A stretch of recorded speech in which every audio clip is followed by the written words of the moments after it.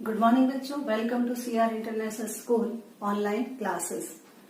बच्चों, आज हम 11वीं कक्षा का एक आपका है विषय माध्यम और अभिव्यक्ति।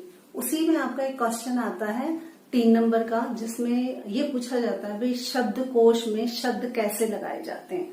तो हम यहाँ पर आज जो चर्चा करेंगे वो हमारा पढ़ने का जो टॉपिक है वो होगा शब्दकोश क्या है। शब्दकोश का मतलब यहाँ पर डिक्शनरी से है। जैसे आप अंग्रेजी का कोई शब्द डिक्शनरी में ढूंढते हैं, ऐसे ही हिंदी के शब्दकोश में शब्दों को कैसे ढूंढा जाता है या कैसे उसकी जानकारी प्राप्त करनी है या कैसे उसको लगाया जाता है, इसकी चर्चा आज हम इस विषय में करेंगे।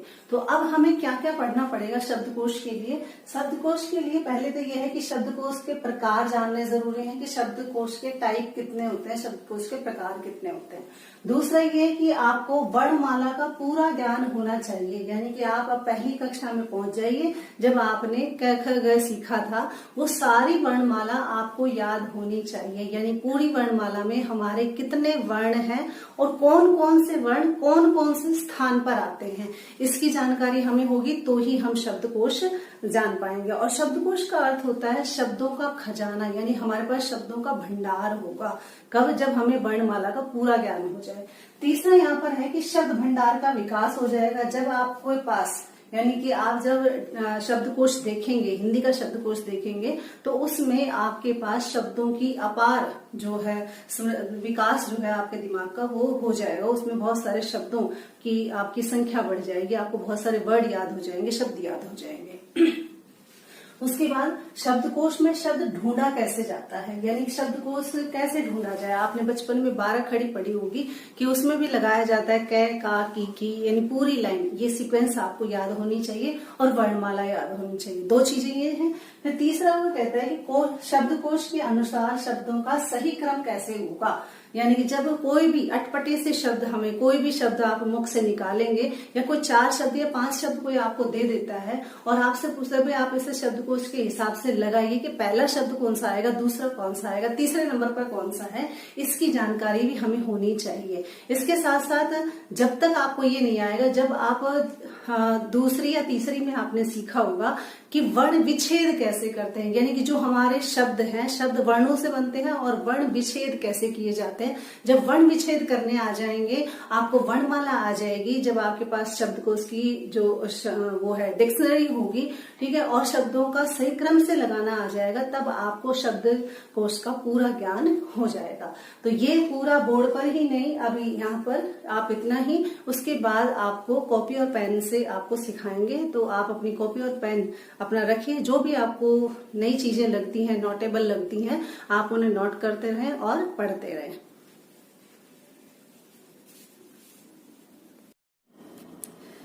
शब्दकोश, और शब्दकोश का अर्थ होता है बेटा शब्दों का खजाना, ठीक है। कोश जो है इसका मतलब होता है खजाना और शब्द का मतलब शब्दों का, ठीक है। तो शब्दकोश का अर्थ हुआ शब्दों का खजाना, जो 2 शब्द से मिलकर बनता है। और शब्दकोश आपने देखा है कि शब्द प्लस में कोश, शब्दों का खजाना, यानी हमारे पास जो डिक्शनरी होती है उसे हम शब्दों का खजाना कहते हैं। अब इसकी जो परिभाषा है वो क्या होगी? परिभाषा ये कहती है कि शब्दकोश जो है, शब्दकोश एक ऐसा ग्रंथ है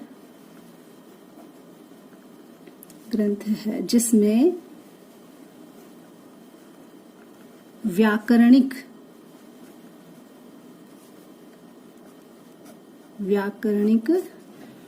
निर्देशों के साथ साथ, व्याकरणिक निर्देशों के साथ साथ उनका अर्थ भी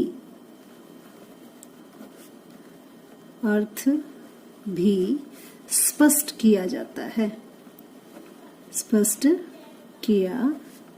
है, ठीक है।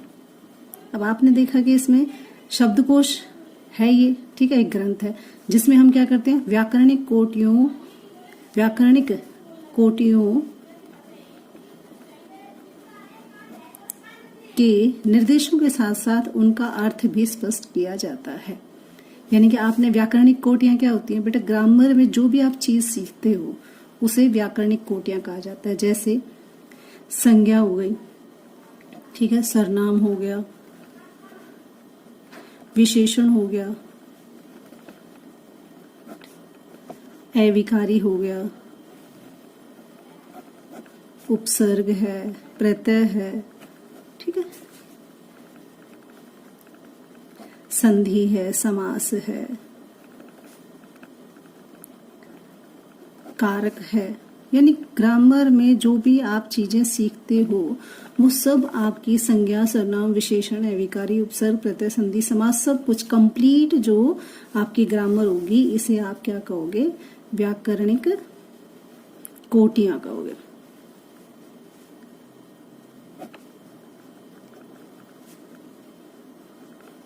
व्याकरणिक कोटियां, ठीक है। अब व्याकरणिक कोटियां हमने ये पढ़ ली हुई, व्याकरणिक कोटियां क्या होती हैं, यानी व्याकरण किन किन चीजों से मिलकर बनती है, ठीक है। अब बात आती है भाई शब्दों के, जो शब्दकोश है उसके प्रकार, शब्दकोश के प्रकार। अब शब्दकोश के प्रकार बेटा आपके होते हैं 4। नंबर 1 आपका होता है एक भाषी शब्दकोश, एक भाषी शब्दकोश। अब एक भाषी जो शब्दकोश होता है उसमें क्या होगा, एक भाषी का मतलब भाषा, जिसमें एक ही भाषा हो यानी ऐसी डिक्शनरी जिसमें एक ही भाषा का इस्तेमाल हो। जैसे आप कोई शब्दकोश निकालते हैं तो इसमें उदाहरण आ जाएगा आपका कि हिंदी की डिक्शनरी है, ठीक है, और उसका हिंदी में ही क्या दिया हुआ है, उनके शब्दों के अर्थ दिए हुए हैं, ठीक है। हिंदी की डिक्शनरी है और इसमें हिंदी के ही शब्दों के अर्थ किसमें दिए हुए हैं, हिंदी में दिए हुए हैं, तो वो क्या हो जाएगा, एक भाषी शब्दकोश कहलाएगा, ठीक है। यानी हिंदी से हिंदी, एक ही भाषा का इस्तेमाल उसमें होगा। दूसरा आ रहा है आपका कि भाई द्विभाषी शब्दकोश, यानी द्विभाषी में क्या होगा भाई, 2 भाषाएं होंगी, ठीक है। यानी मान लीजिए हिंदी की डिक्शनरी है और हिंदी से आप उसे किस में देखना चाहते हो, अंग्रेजी में देखना चाहते हो, हिंदी से अंग्रेजी, या उल्टा भी हो सकता है कि भाई अंग्रेजी से क्या हो गई, हिंदी, ठीक है। आपने कई बार देखा होगा, ठीक है, अंग्रेजी की डिक्शनरी होता है उसमें हिंदी अनुवाद आप देखते हो कि उसका हिंदी क्या होगा, ठीक है। तो इस तरह से ये क्या होगी, द्विभाषी, जिसमें 2 भाषाएं हो, यानी कि हिंदी से और अंग्रेजी में या अंग्रेजी से हिंदी में, ठीक है। यानी इसमें तो क्या थी, अभी एक ही भाषा थी, हिंदी से हिंदी, अंग्रेजी से अंग्रेजी, ठीक है, इंग्लिश टू इंग्लिश, ठीक है, हिंदी टू हिंदी। तो इस तरह से एक भाषी शब्दकोश कहलाता है और ये कहलाता है द्विभाषी शब्दकोश, जिसमें 2 भाषाओं का इस्तेमाल किया जाता है। हाँ जी बेटा। तो तीसरा जो है शब्दकोश कैसा होगा, परिभाषिक शब्दावली शब्दकोश। अब इसमें क्या होता है, वे शब्द जिन्हें उस क्षेत्र के हिसाब से, यानी कि जिस क्षेत्र में जो भाषा बोली जाती है उस क्षेत्र के हिसाब से किसी निश्चित परिभाषा में सीमित कर दिया जाता है। यानी उस क्षेत्र में कोई शब्द ऐसा है जिसको वो किसी निश्चित प्रणाली परिभाषा में सीमित कर देते हैं कि भाई ऐसे ही बोला जाना चाहिए, और फिर वह शब्द उस क्षेत्र में उसी अर्थ में प्रयोग भी होता है। यानी जैसी परिभाषा वहां बांध दी जाती है उसी में वो प्रयोग किया जाता है। अब उदाहरण है, कहीं पर आपने देखा होगा गांव में जो पशुओं को चराने के लिए, चारा डालने के लिए जो स्थान बनाया जाता है उसे कहीं जगह पर, किसी किसी क्षेत्र में तो कहते हैं भाई खोर में चारा डाल दे, कई कहते हैं भाई लाश में चारा डाल दे, ठीक है। तो ये अपने अपने क्षेत्र में है कि भाई अपने अपने क्षेत्र में हम खोर को या लाश को क्या कहेंगे, पशुओं के चारा डालने के स्थान को निश्चित परिभाषा में सीमित कर दिया और फिर वो शब्द उस क्षेत्र में उसी अर्थ में प्रयोग किया जाने लगा। आ गया समझ में। ऐसे ही आपने देखा होगा राजस्थान में जब आप जाएं तो वहां पे होता है, एक तो हम कहते हैं टीका लगा रखा है, ठीक है, जैसे दुल्हन सजती है तो टीका लगाते हैं माथे पे, लेकिन वहां पर क्या बोलते हैं, बोरला बोलते हैं। तो उस क्षेत्र में ये बोरला जो शब्द है वो निश्चित परिभाषा में सीमित कर दिया जाता है, और वो लोग क्या है, ऐसी मतलब शब्द को छापा जाता है जिसमें देसी भाषा में शब्दों का इस्तेमाल करें। तो भाई बोरला किसे कहते हैं, यानी माथे पर सजाए जाने वाला एक आभूषण है।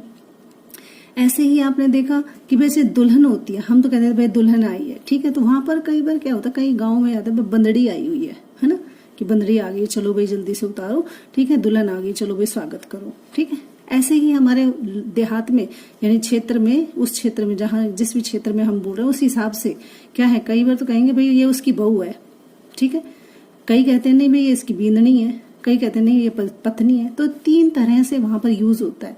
तो यानी कि इसे क्या कहेंगे, जो भी ये डिक्शनरी बनाई जाती है ये शब्दकोश में परिभाषा की शब्दावली से निश्चित कर दी जाती है, और उस क्षेत्र में वो शब्द उसी तरह से प्रयोग में किया जाता है, इसलिए इसे कहते हैं परिभाषिक शब्दावली शब्दकोश। चौथा होता है बेटा बहुभाषी शब्दकोश, ठीक है, इससे पता ही चल रहा है बहु का मतलब बहुत ज्यादा, भाषी का मतलब भाषाएं, शब्दकोश यानी ऐसा शब्दकोश जिसमें बहुत सारी भाषाएं हों।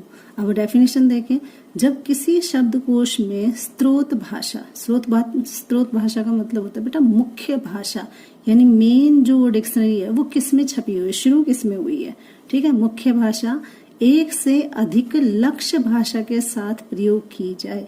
यानी कि मान लीजिए कि हिंदी की डिक्शनरी है और उस हिंदी की डिक्शनरी में हम उस शब्द को जो है वो हिंदी में तो मिले ही मिलेगा, वो हमें संस्कृत में भी मिल सकता है, वो हमें तमिल, संस्कृत से फिर तमिल में मिल जाएगा, ठीक है, फिर तमिल में वो कहेंगे भाई इसको मराठी में ये कहते हैं। यानी कि एक हिंदी का शब्द संस्कृत में ये कहलाता है, तमिल में ये कहलाता है, मराठी में ये कहलाता है। तो एक डिक्शनरी में जिसमें आपको 4 भाषाओं का समावेश मिल जाता है, ऐसे शब्दकोश को हम क्या कहते हैं, बहुभाषी शब्दकोश कहते हैं। अब बात आती है कि भाई शब्दकोश की रचना कैसे की जाए। शब्दकोश तो हमें पता चल गया, लेकिन हम शब्दकोश बनाएं कैसे। आपसे कोई कहे भाई शब्दकोश लिख सकते हैं, तो आप क्या सोचोगे, कैसे बनती है डिक्शनरी, उसकी बनावट कैसे होती है। तो शब्दकोश की जो रचना है वो शब्दों का, यानी जो शब्द रचना जब आप करोगे तो ये क्या है हमारे पास, ये बेटा शब्दों का संग्रह है। क्या है ये, शब्दों का संग्रह। संग्रह का मतलब समूह है, इकट्ठा कर रहा है, ठीक है, संग्रह करना शब्दकोश कहलाता है। शब्दों का संग्रह करना ही शब्दकोश कहलाता है। शब्द ही शब्दकोश का मुख्य आधार होते हैं, यानी कि शब्दकोश में, यानी इनसे बन के क्या बनेगा भाई, शब्दकोश बनेगा, ठीक है। अब शब्दकोश जो होता है वो मुख्य आधार है, इसमें क्या होने चाहिए, मूलतः क्या होने चाहिए, इनमें शब्द होने चाहिए, यानी हमारे पास ज्यादा से ज्यादा क्या हो, शब्द हो। अब शब्द बनाना, शब्दकोश बनाना एक लंबी और जटिल प्रक्रिया है। क्या है ये, एक लंबी और जटिल प्रक्रिया है। लंबी तो चलती चलती है लेकिन कठिन भी बहुत है। क्यों, क्योंकि इसमें हमें क्या करना पड़ता है भाई, शब्दों का चुनाव करना पड़ता है। शब्दों का क्या करते हैं हम, चुनाव करते हैं, चयन करते हैं, कौन सा शब्द लें, कौन सा ना लें, किसे छोड़ें, किसे लिखें, ये सारी प्रक्रिया जो होती है ये कहलाती है शब्दकोश की रचना करना। यानी शब्दकोश के लिए क्या हो, शब्दों का संग्रह करना पड़ेगा, ठीक है, जब शब्दकोश बनेगा। और शब्दकोश के लिए हमें क्या चाहिए, शब्द चाहिए। शब्द जो है वो लंबी प्रक्रिया है शब्दकोश बनाना, और जटिल भी है। क्यों, क्योंकि इसमें हमें क्या करना पड़ता है, शब्दों का चुनाव करना पड़ता है। किसी भी शब्द को कैसे छोड़ोगे और क्यों छोड़ोगे या क्यों नहीं लिया, इस पे सोच विचार करना बहुत जरूरी है। अब जो हमारे शब्दकोश हैं वो हमारे बेटा 2 तरह से, यानी कि हम उसे 2 प्रकार से हम शब्दकोश की रचना कर सकते हैं, ठीक है, 2 प्रकार से शब्दकोश की रचना। अब रचना 2 प्रकार से होगी, ठीक है।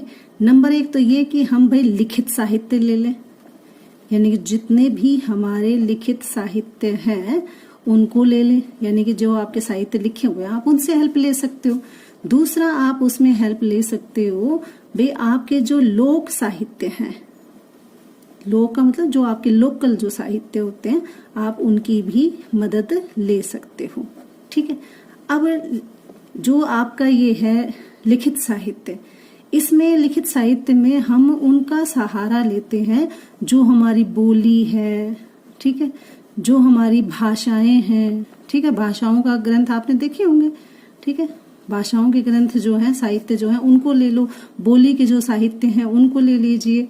इनको लिया जाता है और फिर इनमें जैसे हमारे संस्कृत का साहित्य हो गया, संस्कृत अब भाषा मैंने दे दी ना, तो ऐसे है संस्कृत साहित्य ले लो, हिंदी साहित्य ले लो, तमिल साहित्य ले लो। तो आप क्या करोगे, बोली भाषा का आप क्या ले रहे हो, साहित्य ले रहे हो, ठीक है। तो इनसे आपको क्या पता चल, संस्कृत में ये कहते हैं, हिंदी में ये कहते हैं, तमिल में ये कहते हैं, तो आपको शब्द की रचना का पता चल जाएगा। उसके बाद आपका आता है लोक साहित्य। अब लोक साहित्य में बेटा आपके लोकल भाषा के जो शब्द होंगे, जो लोक व्यवहार में, जो हमारे जो व्यवहार में चलती है, जो हमारे प्रैक्टिस में चलती है, उस भाषा का हम इस्तेमाल करेंगे, ठीक है। अब जैसे मान लीजिए आपके यहाँ पर हिंग्लिश आ रही है, ठीक है। अब ये हिंग्लिश क्या है, हिंग्लिश ये है कि जब भी आप फोन पर, ठीक है, फोन पर आप क्या करते हो, आप व्हाट्सएप करते हो, ठीक है। व्हाट्सएप करते हो तो क्या आपको इंग्लिश आती है, ठीक है। प्लस में क्या होती है, वो हिंदी, ठीक है। उस व्हाट्सएप पर जो आप इस्तेमाल करते हो हिंदी प्लस में इंग्लिश, यानी कि वैसे तो आप इंग्लिश में लिखोगे लेकिन वर्ड होंगे हिंदी में, ठीक है। कि कल मैं नहीं आऊंगा, KAL, ठीक है, काल, ठीक है। मैं ME लिख दोगे में, जबकि क्या होता है, ठीक है, इंग्लिश में सेंटेंस अलग बनता है। तो इसी तरह से हम देखते हैं कि जो हमारी लोक साहित्य में यानी जो शब्द बोले जाते हैं उनको भी हम प्रेफर करते हैं या उनको भी हम बनाते हैं। तो इस तरह से जो है शब्दकोश 4 तरह के होते हैं, ठीक है।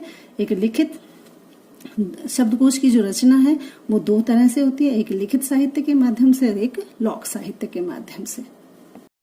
हाँ जी बेटा, अब आगे चलते हैं कि भाई शब्दकोश देखने से पहले का ज्ञान, यानी शब्दकोश आप जब देखोगे उससे पहले आपको किन किन चीजों या किन किन बातों का ध्यान रखना है। अब पहली बात यह है कि आपको वर्णमाला का पूरा ज्ञान होना चाहिए, ठीक है। अब इसके लिए हम क्या करेंगे, इसके लिए भी ये है कि आप पहली कक्षा में पहुंच जाओ, ठीक है। और पहली कक्षा में पहुंचकर आप सीखो सारे स्वर। क्या सीखोगे, स्वर, क्योंकि वर्णमाला में क्या होते हैं, स्वर होते हैं और व्यंजन होते हैं, ठीक है। यानी कि कै खे गहेड़े की पाठशाला लग रही है, ठीक है। अब स्वर में क्या होता है, आपका भाई ए आ गया, ठीक है, आपका आ गया, ठीक है, ई आ गया, छोटी बड़ी के साथ आप लिखते रहिएगा, ऊ आ गया, उसके बाद आपका बड़ा ऊ आ गया, उसके बाद आपका आता है री, ठीक है। उसके बाद आपका ए आ गया, उसके बाद आई, उसके बाद ओ और उसके बाद आओ, ठीक है। अब ऐसे याद नहीं रहते तो हम 2 से कर लेते हैं इनको, ठीक है। भाई इसका जोड़ा, इसका जोड़ा और इसका जोड़ा, इसको छोड़ दीजिए, इसका जोड़ा और इसका जोड़ा, यानी कि 1 2 3 4 5, ठीक है। 5 के हिसाब से कितने हो गए भाई, 10 और 1 री हो गया। तो यानी कि हमारे पास स्वर कितने हैं, टोटल 11 स्वर हैं, ठीक है। तो 11 स्वर आपको पता होना चाहिए। अब पहले होता था कि हमारे 13 स्वर होते थे, उसमें क्या होता था भाई, अंग और ए भी शामिल होता था, लेकिन अब नहीं है। वर्तमान मानक में 11 ही स्वर माने जाते हैं, ठीक है। अब उसके बाद आता है भाई व्यंजन। अब व्यंजन तो हमें याद नहीं होती, ये ए आ तो याद है, चलो भाई स्वर है, ए या ई है, इनकी भी सीक्वेंस याद नहीं रहती कई बार, इसलिए सीक्वेंस में मैंने पहले ए को लो, फिर ई को लो, फिर ऊ को लो, फिर ए और आई को लो, तो री को बीच में छोड़ दीजिए, ठीक है। पहले 3 बाद में 2। उसके बाद व्यंजन। व्यंजन में अब बड़ी मुसीबत है, व्यंजन याद नहीं होता जल्दी से। तो व्यंजन के लिए हम क्या करें, व्यंजन के लिए आप पहला वर्ण जो है उसको लिख लीजिए, पंचम का पहला, यानी कि आप इसको कै, च, ट और तय और पै, ठीक है। इसको आप चाहो तो आप इसको एक साथ भी लिख सकते हो, ठीक है। इसको एक साथ बोल दो, आप कैसे बोलोगे भाई, कै च ट, कचट और तय पे तप, ठीक है। आप इसको इस ट्रिक से भी याद कर सकते हैं, ठीक है, कचट तप। अब आपको याद हो जाएगा। अब यहाँ आपको पता है भाई 5 वर्ण होते हैं, ठीक है। कितने होते हैं, 5। कै की लाइन में कितने होते हैं, 5। भाई च की लाइन में भी 5 होते हैं, ठीक है। ट की लाइन में भी 5 होते हैं, आपकी तय की लाइन में भी 5 होंगे और पै की लाइन में भी 5 होंगे। अब ये 5 कौन कौन से होंगे, इनको चलो भर लेते हैं, ठीक है। अब ये जो लास्ट के जो, चलो बाद में बात करते हैं, कै के बाद आएगा आपका ख, फिर आपका आएगा ग, फिर आपका आएगा घ, फिर आपका आएगा य। ठीक, क ख ग घ ड़, फिर च के बाद च छ ज झ और ये आपका आ गया य। ठीक है, इस तरह से बोलता है ये। फिर ट के बाद ठ ड ढ और अण। ठीक है, फिर उसके बाद त थ द ध न। प के बाद प फ ब भ और म। ठीक है, अब ये 5 5 5 5 ये कितने हो गए हमारे टोटल, यहाँ से इतने में ये हमारे पास हो गए भाई 25। कितने हो गए 25। अब भाई व्यंजन जो है वो 25 नहीं है, कितने हैं 33 है, तो अभी तो हमें और भी चाहिए। ठीक है, अब ये जो है ना ये वाला ये वाला ये वाला ये वाला और ये वाला, यानी कि जो लास्ट के वर्ण हैं ये बेटा नासिक कहलाते हैं, नासिक वर्ण कहलाते हैं। ये नासिक वर्ण का मतलब होता है आप इसको बिंदी में भी काउंट कर सकते हो। ठीक है, नासिक कहलाएंगे। ठीक है, नासिक कह सकते हैं इनको। अब ये कै से मैं तक के कितने वर्ण हो जाएंगे आपके पास 25 हो जाएंगे। ठीक है, अब 25 के बाद हमें और भी देखना है, वर्णमाला भी यहीं खत्म नहीं हुई। फिर उसके बाद हम चलते हैं भाई य र ल और व। अब यहाँ 5वां नहीं है। ठीक है, य र ल व। फिर आपका आता है भाई श श और स और है। ठीक है, अब ये 4 ये हो गए, 4 ये हो गए, यानी कि 4 यहाँ पर ये और 4 ये। ठीक है, अब यहाँ पर कितने थे भाई 25। ठीक है, अब यहाँ पर 25 में आप ये 8 जोड़ दीजिए अपने। ठीक है, कितने हो जाएंगे पूरे आपके 33 आ जाएंगे। ठीक है, समझ में आ गया। अब ये 33 क्या हो गए आपके व्यंजन हो गए। ठीक है, 33 व्यंजन हमने ले लिए। अब आगे अब जो आएगा वो होते हैं बेटा संयुक्त व्यंजन। ठीक है, संयुक्त व्यंजन कौन से होते हैं भाई, अक्ष और त्रय और ज्ञ और श्रय। ठीक है, इनको क्या बोलते हैं बेटा संयुक्त व्यंजन। ठीक है, व्यंजन तो होते हैं लेकिन ये क्या होते हैं संयुक्त व्यंजन होते हैं। ठीक है, यानी कि पूरी पहली क्लास लग रही है आज तो। ठीक है, यानी कि संयुक्त व्यंजन होते हैं। संयुक्त व्यंजन जो ये होते हैं ये यानी ये 4 होते हैं और ये चारों जो है वो किस किस से जुड़कर बने हैं। अब यहाँ पर मैं इसको इस तरह से लिख देती हूँ, ये आपका श, उसके बाद आपका त्र, उसके बाद आपका ज्ञ और उसके बाद आपका श। ठीक है, अब ये किस किस से जुड़कर बनेंगे ये हम एक बार देख लेते हैं। यानी ये जो है ये बनता है कै, ठीक है, प्लस में श से, दोनों अधूरे। ठीक है, ये बनता है आपका तय प्लस में रै से। ठीक है, ये बनता है आपका जय प्लस में य से। ठीक है, ये जो आपका बनता है ये बनता है श प्लस में रै से। तो ये इस तरह से इनसे जुड़कर ही ये वर्ण बने हुए हैं, इसलिए इनको संयुक्त व्यंजन कहते हैं। ठीक है, तो यानी कि आज ये जो है ये हमारी वर्णमाला पूरी हो गई। अब जो अगली क्लास में जब वीडियो पर जब हम पढ़ेंगे तब आगे थोड़ा सा और बढ़ाएंगे और फिर शब्द भंडार पर चलेंगे। तब तक आप इसे ध्यान से पढ़ें क्योंकि ये बहुत काम आने वाली चीज है। ठीक है, ओके।